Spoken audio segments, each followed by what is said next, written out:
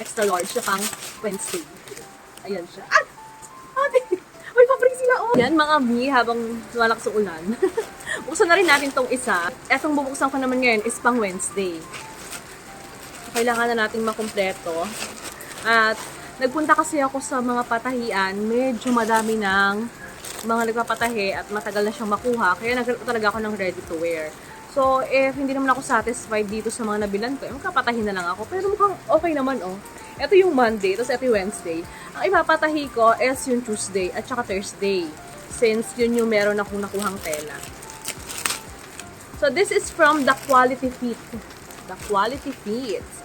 So, this is the extra large siya pang Wednesday. Ayan siya. Ay!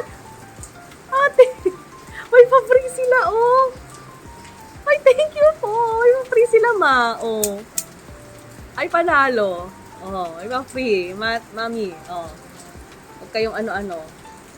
Okay. So, ayan siya. So, XL naman ito. Mukhang panalo ang XL nila talaga, oh. Sukat natin. At eto na nga siya!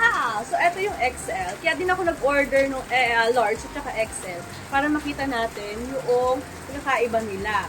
So, for reference, ang timbang ko po is 66. 5'3 po yung height ko. So, mas comfy isuot itong XL sa size ko.